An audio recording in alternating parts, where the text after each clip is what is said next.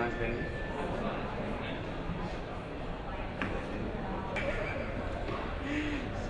Oh, good. What time do you get in?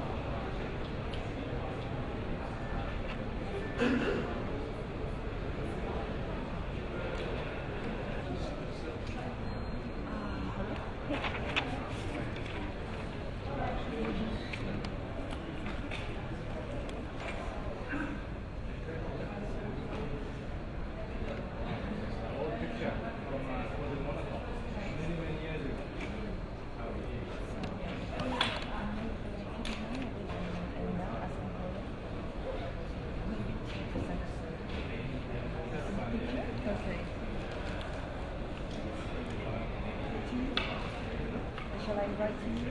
Yeah, that's fine.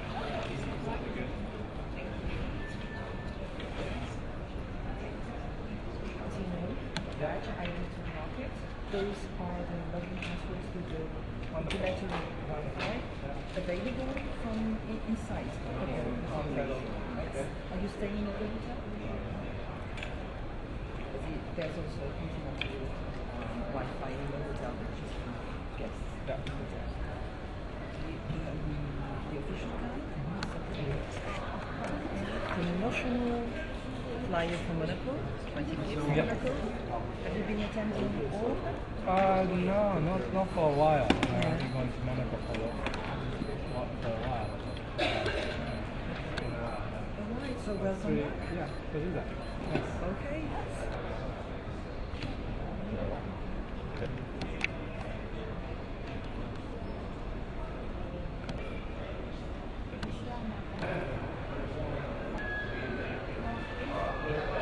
好，继续吧。好。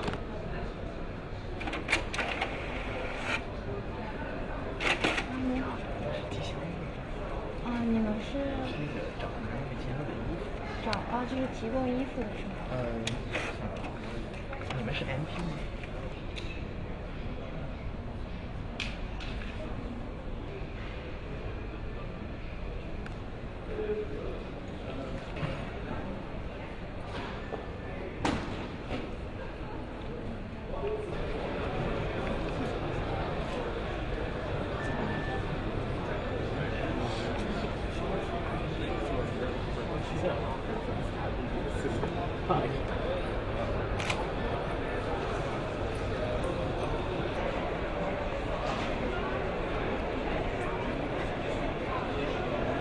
？In 15 minutes, the school shopping through building a successful school recreation. Oui, on va faire ça sur le site, on aurait bien voulu faire que pour les jeux par un petit peu, parce que c'est bien. Mais pour l'instant, en tout cas. Mais bon, je veux bien sûr, non, mais c'est pas, c'est un petit peu. Non, mais voilà, c'est une façon de participer, ça fait partie.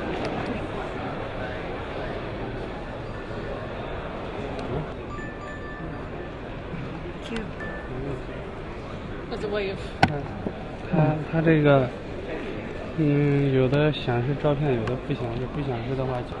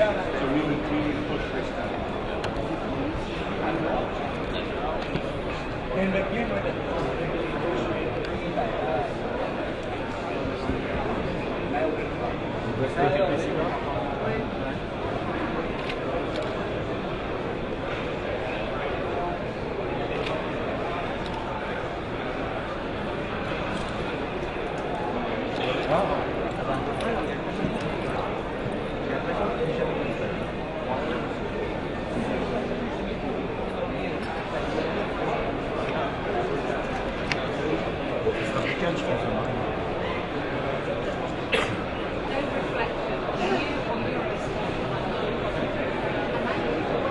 Come and listen to us. My name is Frank Dunn, I'm the editor of TV Sports Markets, and we're going to be talking today about building sports brands in Asia. And just by way of introduction, I think it's worth pointing out that not everybody has the same idea of what a brand means. So I think it can mean different things to different people depending on where you are in the industry. And I think essentially there are two definitions of brand that we're going to be covering this morning.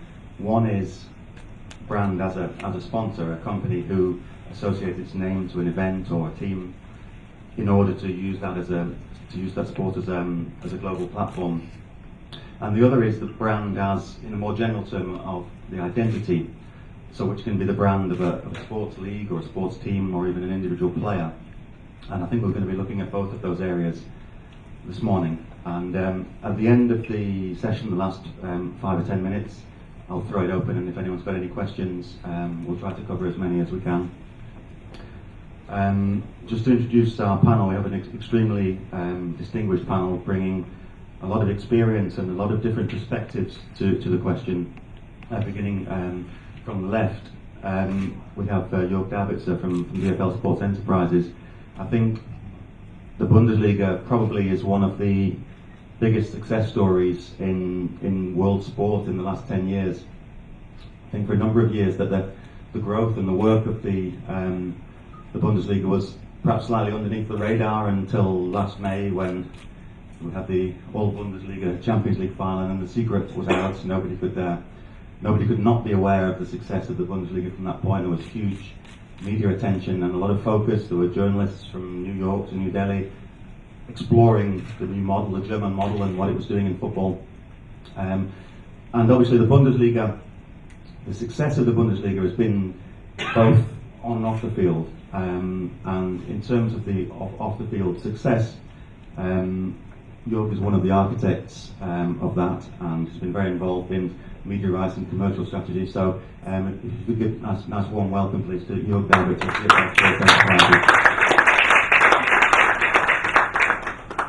In terms of brands, sports brands in Asia, and particularly in China, I think from what I understand from the people I've spoken to here, there is probably no bigger sports brand, international sports brand, than the NBA here. Everybody I speak to, when I say what is the biggest sport, the biggest international sport, the NBA is nearly always the first name that comes up. And we're delighted again that we have somebody who's been actively involved here on the ground in developing that. The Vice President of Global Marketing Partnerships, Mike Montel. Thanks.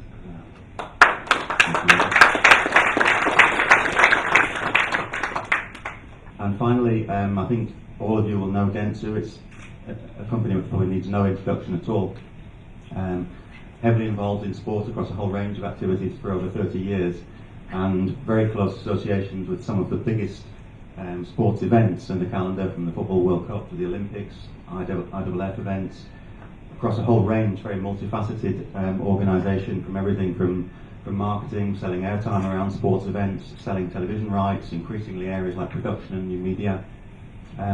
So we're delighted that we have the Head of International Rights Sales from Dentsu with us today, Shingo Shibuya.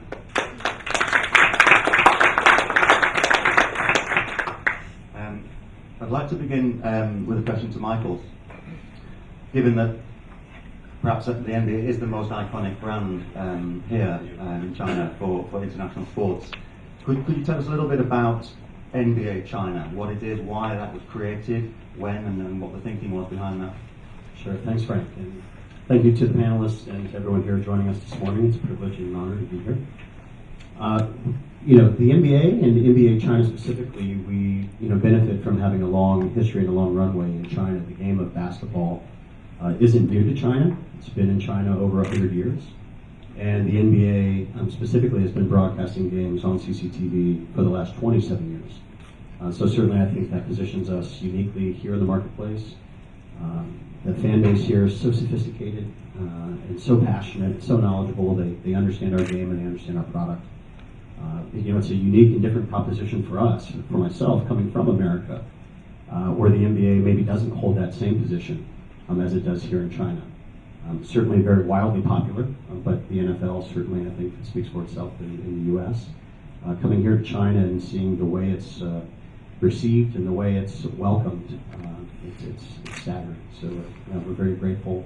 Continue to work hard to try to grow our audience every day. What is the relationship between the NBA and NBA China in terms of how autonomous are you? How much are you if you like, controlled by the states? Well, certainly we work hand in hand. We work in concert with one another. We are an extension of the NBA, but NBA China is technically a separate entity with some local Chinese partners here. So yeah, it's obviously we work very closely with the NBA. We are an extension of the NBA and always will be a part of the NBA. And our product and our offering here is basically an extension of exactly what we do in the U.S. in terms of media, rights, events. Everything is exactly the same. It's a carbon copy of what we do domestically back in the States, just minus the fact that we don't play 82 games a year in China. But everything else is basically exactly the same. Jörg, I think people are probably aware that in October you did a very big media rights deal with Fox International Channels, which covered 80 territories and was basically all of Asia. I think there are perhaps one or two territories which were not in that deal. In terms of building the brand of the Bundesliga, what are the advantages of doing a pan-regional deal with a major player like Fox, as opposed to going market by market, where you could, as you do in other parts of the world, where you have the opportunity to tailor-make a local solution, which perhaps might have more flexibility? Here you've gone with one player across the whole region. In terms of brand building, what are the benefits of that? Yeah, thank you. Thanks for the very warm and nice introduction. Good morning, ladies and gentlemen. I think the agreement we have with 21st Century Fox is only one piece of the complete puzzle to build up the brand here of the Bundesliga here in China. The advantage for us is if you have the opportunity to work together with the fourth biggest media group in the world.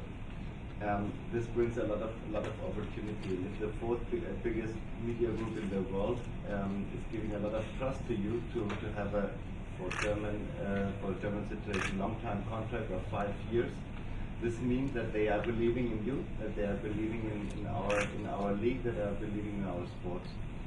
And so there is the commitment, of course, on our side for further investments, but on the other hand side, of course, the investment on the other side, on the media partner side as well, to invest in the product because they want to be successful here in Asia, of course, with us together.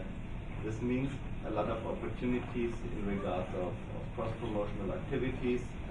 If you see their complete network on different programs they have all over more or less every country. This gives us a lot of opportunity to promote our league, to promote our brand. But beside that, of course, we discussed this very carefully, and it has a lot of advantages to have for each territory a single broadcast partner. But in the agreement with Fox, it's involved that they have a lot of different offices in different regions here in Asia. They have a lot of different language versions for every market, and so we tried, or we believe that we found the right combination of both aspects, to have a big partner on the one hand side, and on the other side a partner who's able and willing to individualize this programs in every country. And in terms of the content, what kind of commitments have you got in terms of the amount of Bundesliga content that will be broadcast, particularly broadcast live? And could you say a little bit more about the local language and the type of content? Is it sort of just shows around the game, pre and post match coverage? I mean, what will happen in the local language? Of course, the live matches will be in local languages wherever it is possible. So it couldn't be in every market, but more or less in every market it will be in local language. and of course the programs around are also in the local language, because it's the interest of our partner to reach the people directly. Yeah, and the promotional activities will be with the youth programs, with other entertainment programs, with the usual digital activities. So beside the usual TV live broadcast, there will be a lot of other platforms involved, new media platforms as well. And so we try or we have now the opportunity to be available on every platform, in every, let's say, language, and this helps a lot to reach the people we want to reach. Shingo, Dentsu has a very long relationship with the IOC, and I thought, given that we're coming straight off the back of Sochi, it might be interesting for people to find out just the kind of role that Dentsu would be involved in, the different activities that you'd be involved in a major event like that, and maybe how that might project forward to what your plans are, what your activities will be around Rio, and maybe perhaps even the youth games. Thank you, Frank. Good morning, ladies and gentlemen. I think, well, what our core role was for Sochi was basically we do handle the Panasonic account, and we've been the IOC sort of liaison in Japan since the 1970s. And since then, we've been involved in the marketing rights. Also, another core role for us was to basically sell media rights in 22 countries, including most of the countries in Southeast Asia and Central Asia. And basically, it was the first time for us to sell these media rights in Asia. Fortunately, we don't do Japan yet, but it's one of the key markets for IOC to increase their awareness and sell their IOC properties there.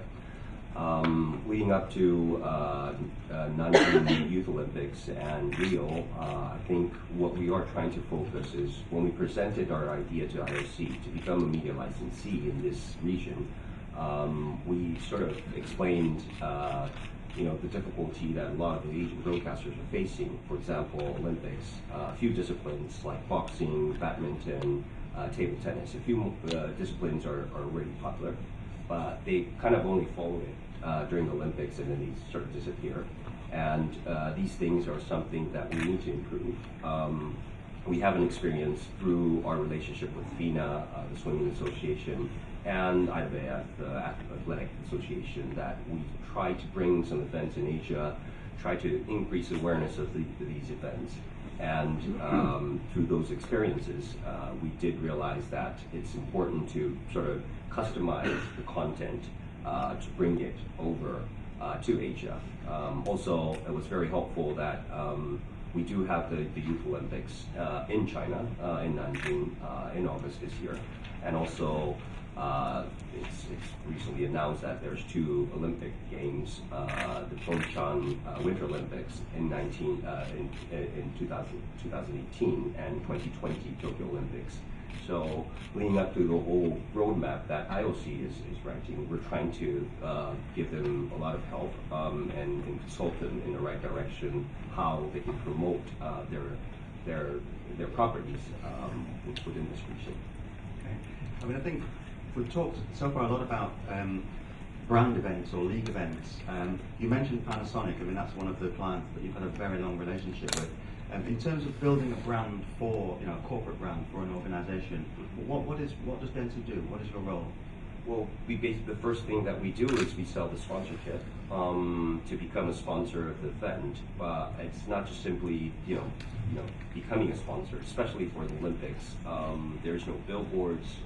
There's no direct sort of communication that Panasonic could do around the IOC property. Having said that, still the screens which is used in the venues are all Panasonic. It's branded Panasonic. But also, one of the strengths that we have is because we're an advertising agency as well as a sports marketing agency, we do also help them in the activation, and we help them to find the right athlete to endorse their products together with these athletes. Also, what we do is we create an advertising package that sort of associates, will actually connect Panasonic and IOC in a different ways.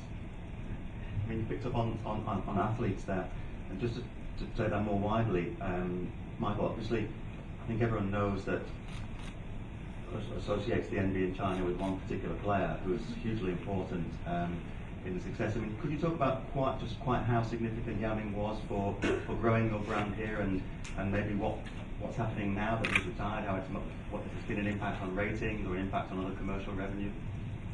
Well, certainly without question, Yao Ming is a wonderful ambassador for the NBA, a wonderful ambassador for China, a wonderful ambassador for basketball, period. But the NBA is unique and interesting. As we mentioned earlier, the NBA has been in China, basketball's been in China over 100 years. The NBA has been on CCTV almost 30 years. So, one of the great things about the NBA is we have these wonderful players and personalities that people identify with. So someone like Larry Bird, Magic Johnson, Michael Jordan, the players continue to come through. And certainly when Yao came onto the scene, there was an explosion that the NBA, enjoyed and realized. But the game is alive and well and healthy today, more healthy than it's ever been. We have more content in the marketplace than we've ever had before. And the trick is, how do you sustain that momentum and how do you monetize that momentum? So we're very fortunate and appreciative for all the contributions that Yao's made. We still work very closely with Yao today. He's a wonderful ambassador. We've just launched a Yao school recently where we work in concert with Yao and his foundation. So certainly there's a lot of opportunity to do more. And the Bundesliga has often has always had many Asian players, particularly from Japan. I mean, how important is that to have top Asian players, top Japanese players playing in your league in terms of building the brand here? Yeah, it's very important to have players from the region in your team. That helps a lot. But you can't base your strategy on the opportunity to have players from different countries from Asia in your teams, because at the end of the day, our clubs are focused on success on the pitch, and if it's possible with Asian players, or if they help to get the success, it's a wonderful combination. But you still have to have in mind that there could be a situation where you don't have such players in your teams, and the strategy should be made to build up the brand on the basis of the league, of the popularity, of the attention on the league, and not only on the popularity of single players in the teams. So it helps at a certain stage, but you have to build up on these, let's say, health, the real value of the brand and the real value of the league and its clubs. And I mean, we've talked a lot about media rights and using media rights to develop the brand. As a league, what can you do around that? I mean, are you doing things around the kind of the commercial sales in terms of exhibition games or events or grassroots activities, which help to, because obviously, you want to develop the next generation of young players that might maybe come and play in the Bundesliga. So what are you doing at grassroots level here to embed your brand? I think it's very difficult to do things from the league side on the grassroots activity. I think we're a little bit in a different situation than the NBA is. I think all of the European sports organizations have a different situation. Because our activities are more focused on or based, if it comes to player education or grassroots programs, on the will or on the activities of the clubs, because they have the competence on that. So if our clubs are investing in grassroots programs, we are supporting them. Of course, yeah, it's in our interest to do such things, but at the end, it's in their own interest to build up young talented players from Europe, but also from outside of Europe, and bring them to their academies and build them up on the next level. So our activities are completely different to the grassroots program. So we of course invest a lot in our, let's say, international product portfolio, where we try to give for every spectator, for every interested person, the opportunity to see Bundesliga or to get in touch with Bundesliga over its individual channels. Yeah? So over the past years, the activities in digital programming were continuously going up. We have parallelly we built up our own digital media, our own digital platforms. Not on the perspective to build up a competition situation to our broadcast or media partners. It's these platforms are built up with a clear perspective to help our media partners. So it's a bridge. It should be a bridge to them. All our activities on Bundesliga.com, on our YouTube international YouTube channel, or our Twitter activities are really focused by supporting our media partners. And if we have, and now coming back to the player situation, you spoke about the 8 Japanese players playing in Bundesliga. If we have such a beautiful situation for us, we try, of course, to use that. So we have a specific country version of Bundesliga.com for Japan. Yeah, that's not the typical website. You are translating all the articles and all the headlines to the specific language, and it's only a mirror picture of the domestic or European side. No, it's a specific website for the Japanese market, for the interest of the people there. They try to get more information about their players in our league, about the clubs their players are playing, about the next weekend, what's gonna happen. So they should get deeper in touch. We have a specific number of editors in Germany which are able to speak and to write in Japanese language, and they are continuously working on this website to support the country, let's say, the country individually every day. And just to pick up on something there, Michael, that you mentioned, obviously, there is a league which has its brand, there are clubs which have their brand, there are individual players that have their brand. And in terms of the NBA, is that something that you can coordinate, or are the clubs quite autonomous in how they want to go about building their brand in China, or the players themselves, even in terms of individual sponsorships? Is that something that you can actually put together as a program, or is it? We do work closely with the teams to build platforms together. I would say the players themselves, a player like Kobe Bryant has been coming to China for the last 11, 12 years. So, individual players, whether it's through a shoe contract or, different endorsement deals that they may have a reason to be in China separate from the team and separate from the league themselves, and that's okay. We certainly encourage that, and sometimes there is an intersection there where, if Kobe is here on behalf of Nike, Nike's also a partner of the NBA and NBA China, so it's a harmonious marriage. So yeah, it depends on the situation and the scenario, but certainly the players themselves have reason to come to China. With NBA China is bringing players and legends and ambassadors to China all the time. It's interesting when we talk about the event business. We talked about the NBA and NBA China. Our business here really is an extension of everything we do in the U.S., minus the 82 regular season games we have a year. But we have a very strong and healthy event business that runs basically from June to October. Those months when the players aren't playing, we'll have over 200 appearances here in China in market. And those are obviously being sanctioned and conducted by NBA China. We have an event called NBA Nation, which is a mobile grassroots events tour that last year hit over 15 cities in China, basically exploring and promoting the game of basketball to children and families. So it's cool. We've got a lot of unique opportunities and ways that we can bring the content and allow consumers to touch and experience our products in ways that they wouldn't get to otherwise. And that's all complementary, player activity, club activity. It all boosts ultimately the NBA brand at the end of the day. Certainly, without question. I mean, if Paul George is here in market, he's here, in market as an NBA player, but he's also here representing the Indiana Pacers. But he's here on behalf of the NBA and NBA China.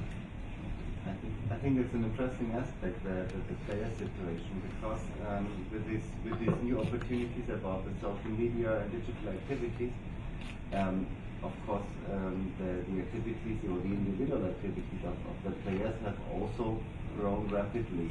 So it's, in our perspective, an interesting challenge. It's not a negative challenge, an interesting challenge. To bring the individual activities of the players together with the league activities, because the players want to communicate, they wanna get attention, they wanna get popularity all over the world. They have now the opportunity via digital media and social media activities. Yeah, and so it's quite interesting to bring things together. Yeah, their interests, the league interest, the club interest. So it's a new field of opportunities for all of us. Yeah, I would agree with that. I think the players now more than ever are motivated to come to China because they see a real opportunity to maximize and capitalize on their the kind of the power beyond their own brand and just outside of the U.S. It's interesting too for the NBA players, more than a third of our players come from countries outside the U.S. So we really are an international and global brand, and it's not just those athletes that are from the U.S. that are trying to tap into China. We're seeing players and athletes all over the world that are interested and motivated for the same reasons. And I think Shingo, just to come back onto the events that you're involved in, and talking about developing an event. Building up something, building a brand identity. Perhaps one of the areas of work that Dentsu have been involved in, which has been less well publicised, has been the work that you've done with FINA. And I wonder if you could talk about, because that's something that you took from, not exactly kind of basic level, but from a level when it was quite undeveloped as a property, and you've really done a lot of work around swimming. So I wonder if you could talk how you build that up and what have you done? I think the biggest challenge for us after we started our relationship with FINA was the 2003 FINA World Championship in Fukuoka. One of the things that we also invest a lot is to try to bring the events, international events, to different cities in Asia. We started off with Japan, and I think Fukuoka wasn't a very popular city in Japan before we hosted that event. But it's a southern city in Japan, and it has a perfect location to invite a lot of Chinese, Korean, tourists. And it was one of the reasons why the government and ourselves picked the city of Fukuoka to try to host this event. Also around that time, we were about to get some medals during the Olympics, and I think also developing these grassroots to also have more exposure for these athletes were very important. So one of the things that we've done is we brought the event, but in order to do that, I think we need to fund the event to be brought. So funding these events were also very important. So we started to find new sponsors. It wasn't just Japanese sponsors. We did have a few international brands as well, and we still continuously work with them. And since then, I think one of the concepts that we've built up is, we try to find a city who's interested to host these events. We'll check with them what sort of interest they have, and try to find the appropriate sponsors for them. Okay. And in terms of you also touched on the increasing importance of digital and particularly social media in terms of brand building across all of your different properties. What are you doing on that particular front? One of the things that we realized as an agency is, I think, the difficulty of how you fund these digital services. I'm pretty sure NBA and DFL has enough money to fund these, but a lot of the federations, especially the small ones, they want to do these Twitter services, Facebook, official websites, localize them in local languages, but always they face the problem where how can they pay this money to fund these? So what we do is basically sometimes we package it together with sponsorship packages. So basically the sponsors get the benefit, and also the federations will have an ability to localize them to create these social media services or the websites itself, and that sort of thing is something that we help when it comes to a point where people are having an issue to fund these services. And also we started to create and exploit our the video rights or live rights by ourselves, especially when it comes to like Sochi Olympics. Cambodia, East Timor, small countries. It's important for IOC, and I'm pretty sure it's important for every single federations, but it's also very difficult to have an exposure there. And also, it's not in markets where you have snow. So for those situations, what we've done is we basically adapted the host broadcast service, but sort of customize it to the local region and distribute it on behalf of IOC. And that's what we do for other federations as well. And I understand, in addition to your traditional strengths of marketing and selling airtime, that you're increasingly moving into areas around production, so using really high-tech production facilities and techniques around events, again, as a platform for building brand. Can you say something about what you're doing there? Well, basically, we do have a background, especially for on the digital side. We have over 6,000 employees in Tokyo. Our overall employees is about 27,000 people worldwide, and we have our offices in 110 countries. So one of the strengths that we have is we do have the people who are already creating these digital services, not just only websites or applications, but also we're deeply involved in production already, more on the commercial side. So we sort of use that knowledge, the know-how, and basically starting to do a bit more for sports as well. Well, you mentioned your own activities as a league around new media, your own website, which is separate from the rights which are commercialized or sold to broadcasters.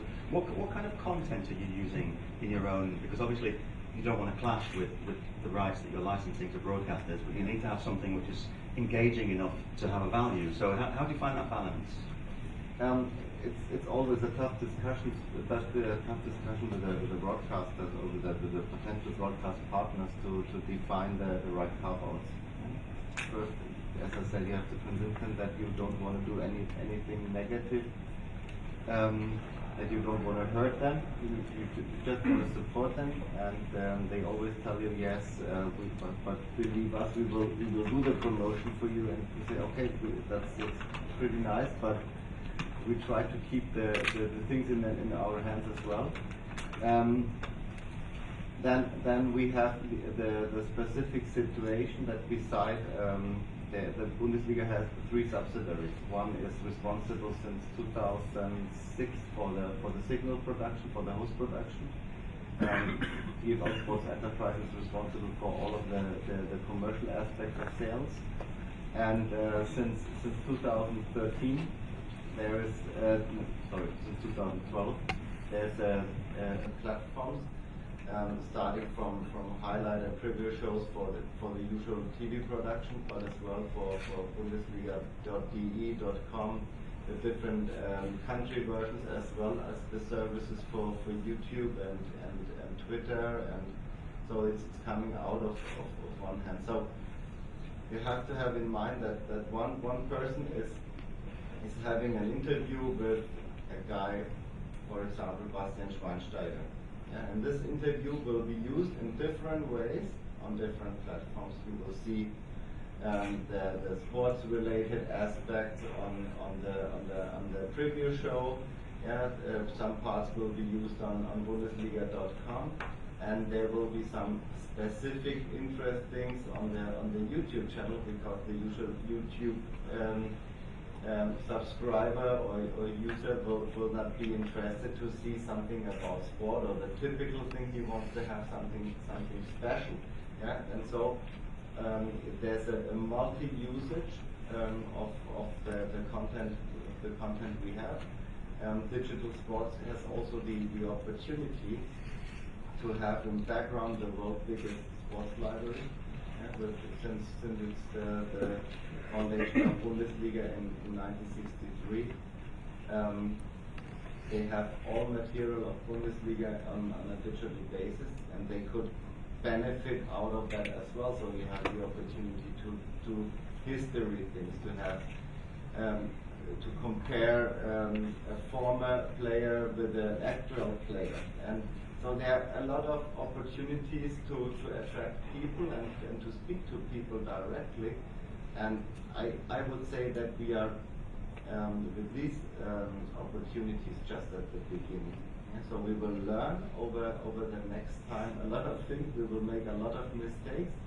I hope we don't make too much, but I'm sure that this will bring a lot of benefits to us in the future. That we have control on the rights, on the signal, on the content, and are able to do in a positive way the support that our partners worldwide, and especially in Asia, should do. I mean, one of the areas that a lot of sports leagues, particularly football leagues, have looked at in terms of reaching the Asian market has been to work with the calendar in terms of, say, kick-off times or start times for events. I mean, I'd like to address this to both Michael and you. I mean, is there anything that the NBA has done in terms of making sure that you're hitting the audience at the right time? Well, currently right now we're just broadcasting our games live. We have 5 live games a week on CCTV5. But that's not to say we haven't explored or thought about or entertained the idea of doing actually a reverse game, where a game would actually take place morning time in the U.S. that would be broadcast here live back in China in prime time or later prime time. It's certainly something that we're exploring and looking at. Just the model's got to make sense, of course. And have you done anything with the kickoff times to reach the Asian market specifically?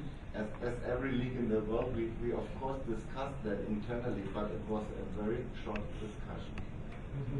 because we came very quickly to the result that it could be very problematic to change something on the key aspects of our games and on our events.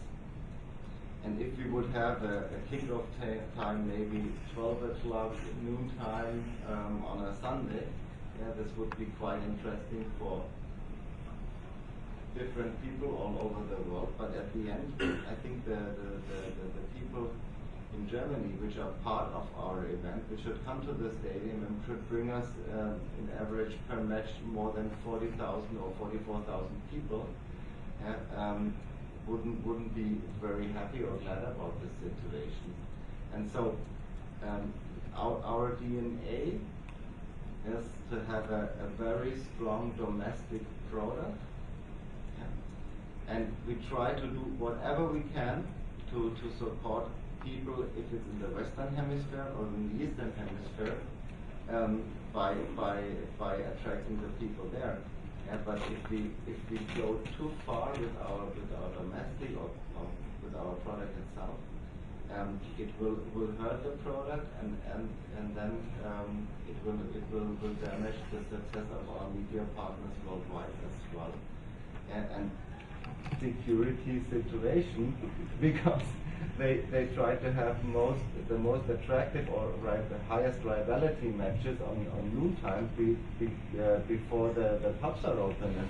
And out of this situation, there happened a big story that it was planned and a big success and whatever. And yes, it might help at some stage if the people in your country reflect it positively. If not, or if the risk is too high, I wouldn't ever suggest to handle it that way. And just to round up with one final question, I'll begin with Shingo, but I'll address it to all 3 panelists. We've talked a lot about social media, about digital media.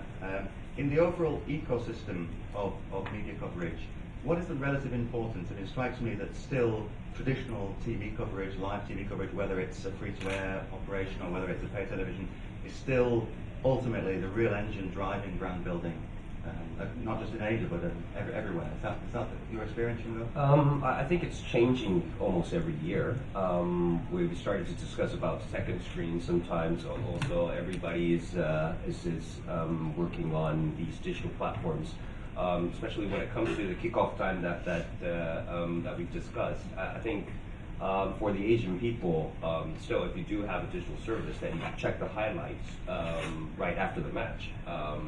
Let's say some of the European football matches take place 4 o'clock in the morning for us, but after you wake up, you can check the matches. I think it's the same with NBA. A lot of people could check the pictures that you distribute on your own websites or own services, but also the teams, YouTube, a lot of the options that we have these days.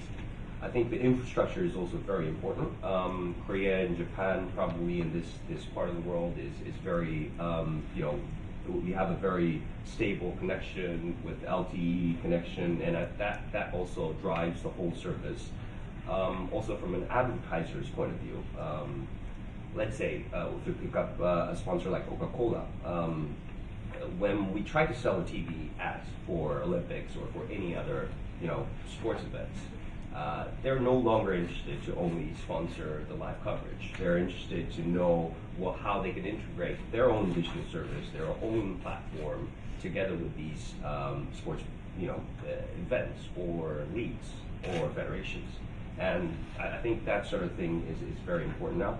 I think TV, although if you compare the advertising income, still the TV is the biggest. Also, when you want to promote the sport, internet, mobile is still something that you search, you try to reach to that content by yourself. But when it comes to broadcasting, it's more about, you turn on the channel, the sports channel, if it's there, if you enjoy it, the sport. So I think there needs to be always a balance between the broadcasting and the digital side. But also, I think, to create an aggregate, to sort of, package for advertisers, for the leagues, for the federations are the most important thing. And it's very difficult to balance these two, but I think everybody's trying to do that. Sure. And Michael, I mean, some sports federations come to China and they're focused on getting the biggest check possible. I mean, the NBA has always been very driven by getting the largest reach possible. You've got a lot of different broadcast partners across Greater China. I mean, has that been very much from day one part of the strategy to get to as many people as possible here? I'm actually so much more interested in to me, I think we could spend a whole hour on the conversation that we were just uncovering. It's fascinating to me that the challenge or the opportunity between traditional television and digital, and I think it kind of goes hand in hand with the question you're asking, Frank. So, for us, it's hard for us it's impossible for us to ignore not only what's happening in the marketplace, and that advertising spending in China is relatively flat, if not down a little bit. There's growth, but it's decelerating growth. We're also seeing a move from advertising spending in TV into digital, so it's certainly a trend that we can't ignore. And in terms of our audience, across CNET and Tencent, we've got nearly 70 million followers. The NBA is the largest institutional account across both channels. So beyond just delivering our content, which are games, it's how do you interact and connect with that audience in a way that's meaningful and unique and different beyond just here's my game, watch it. And I think that's something that we've really done a great job in. We're creating more original and unique content, more unique programming, whether it be a show like NBA Mitan, NBA Inside Stuff, which is a very cool show that we've just launched, and 3 episodes in, over 15 million video downloads. It's just incredible. These are numbers that just impossible to almost get your arms around. Averaging more than a million viewers an episode. It's staggering. So for us, digital is only here to stay. It's growing. It's inevitable. And the other thing about NBA content is that what we're learning more and more throughout the world, and the NBA is broadcast in over 215 countries worldwide. People are watching the game on TV. It's a multi-screen experience. So they're watching the game on TV. They've got their tablet there. Whether it's a fantasy game or they're checking a box score. They've also got their mobile device. They're accessing content there as well. So it's for us, it's a really exciting opportunity right now. We think it's interesting, being innovative and progressive, we think we're positioned to be able to capitalize on. And just one final question for you, when you said that it's always a tough conversation with the broadcasters, the rights holders. Obviously, that was a conversation you had with Fox, and they must have been happy with your activities around the digital sphere.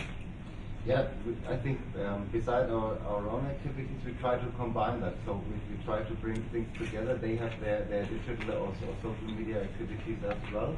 Yeah, and we try to cross our activities wherever it's possible and wherever it makes sense. For us, the digital side or the social media activities have two key aspects. On the one hand side, it's very important to reach especially the younger target groups. Yeah, they are used to live with those devices, and they have sports to your league, to your product. The other aspect is with this new media activities, you have they want to be reached. So you could they have the opportunity to see naturally in their living room with the TV set, yeah, the tradition, the delayed highlight clip, because they are still in possible to reach them. If they are out with friends and they wanna get informed about the current live result and what's gonna happen, and if they wanna see the spectacular goal in the last, really interesting to see how the Chinese people answered about the question how they use or how they get in contact to sports content, and there was a similar percentage of TV, stationary internet, and use it in our way. I think we've got time for maybe just 2 or 3 questions. We've run a little bit over, but we'll try and if anyone has questions.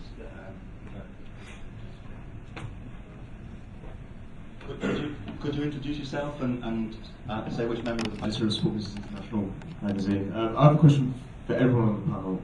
If you're a major sports competition looking to build your brand in China, do you need to be on CCTV? Do you have any? Well, people have tried regional TV deals. I think there are some opportunities, but to work together with CCTV is still the best opportunity to reach as many people as possible here in China. Yeah, well, I'll say yes as well. But I think it's yes and no. The no meaning more, if it's going to change, we need to see how it's going to change, and probably we all have to change it if everybody wishes to have other options. So far with CCTV, which we all think it's very important.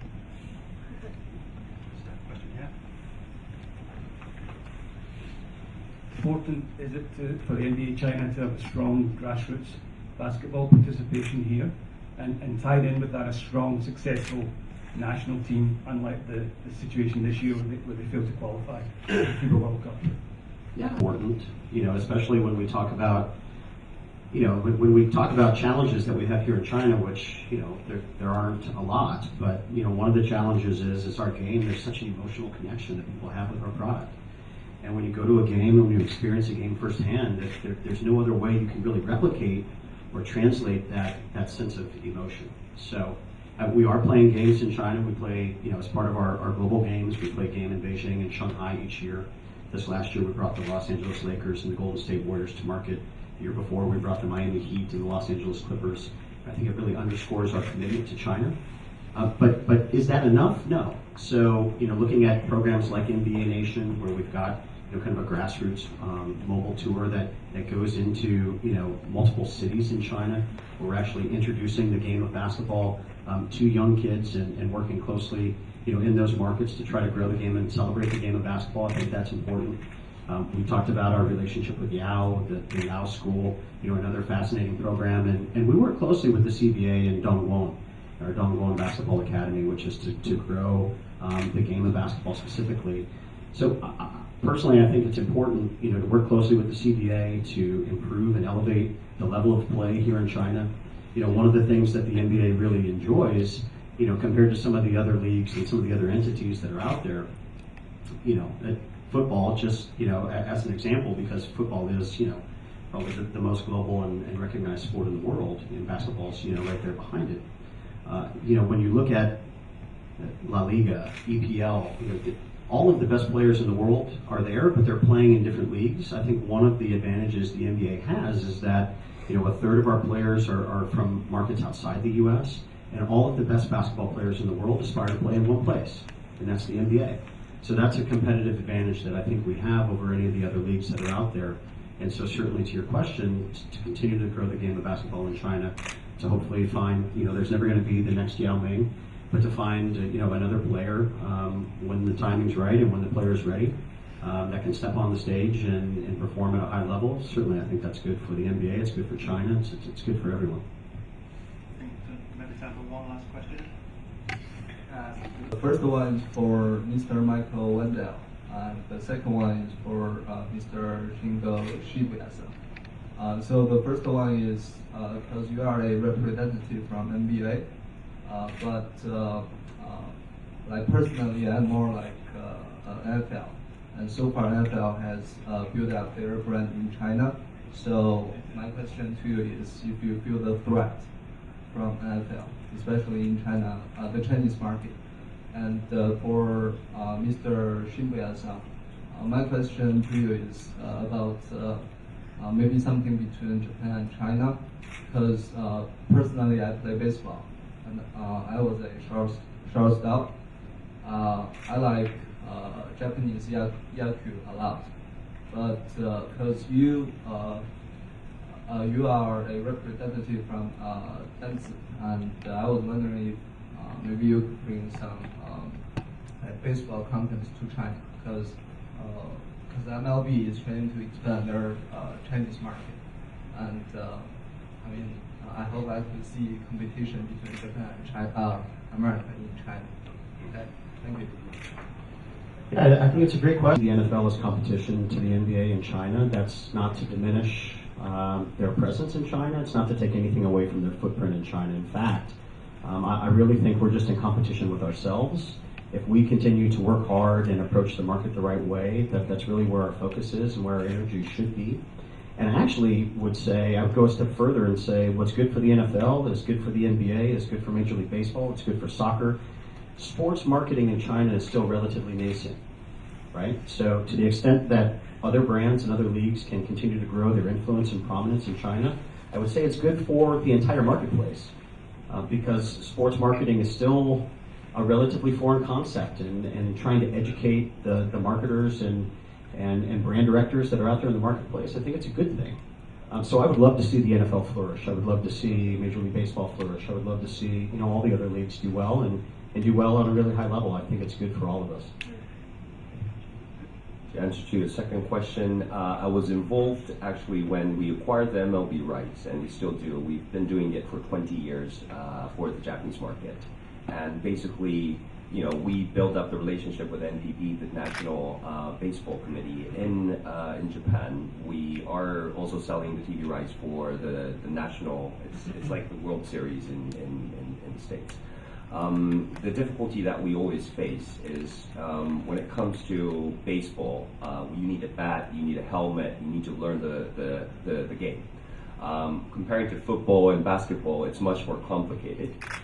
Therefore, we did create a program together with MLB when they started to launch their office here in Asia, because they started from a Japanese office. A guy called Jim Small, which is still there, was looking after and still looking after China. And since then, we did try to build up this program.